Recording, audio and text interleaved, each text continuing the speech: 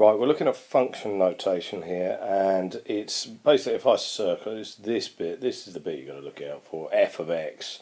Alright, that's the function of x equals 5x minus 4. So when it says what is f of 3, what you're doing is you're swapping x for 3. So therefore f of 3 is going to be 5 lots of 3, take away 4, which is going to be 11.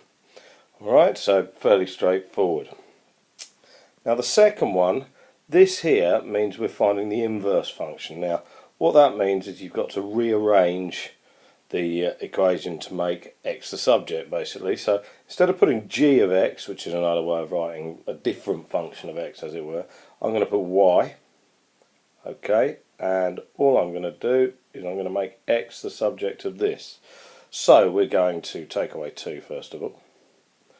Alright, take away 2 from both sides, and we're going to divide by 3, so divide both sides by 3 and we get x squared, and then we're going to get rid of the squared, so I've got x equals the square root of all of that, which is y minus 2, over 3. Now it says I want g to the minus 1, so the inverse function of x, so what I need to do is say g to the minus 1 of x, and I swap that y back for an x.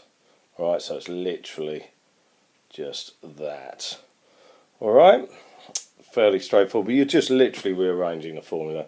It's not a problem. Now, this is possibly the hardest bit here, where it says we want fg of x. Now you do it in sort of the, right, it's not the wrong order, but it looks like it's the wrong order. So you're going to put, you're going to have g of x, and you're going to put whatever g of x into f of x. So what I'm actually going to do is this sort of thing. Fg of x equals, I'm going to write f of x, but instead of writing x, I'm going to write x minus 1, because that's g minus 2.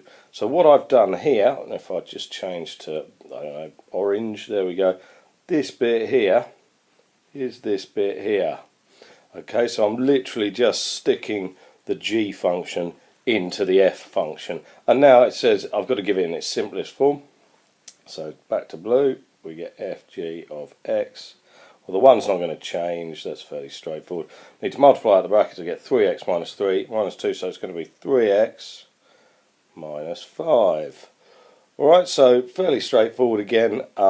Just remember to do it in sort of, it's counterintuitive actually, because you're doing g first and you're putting g into f, right? But you can think of it as the function, sorry, it's f of g of x.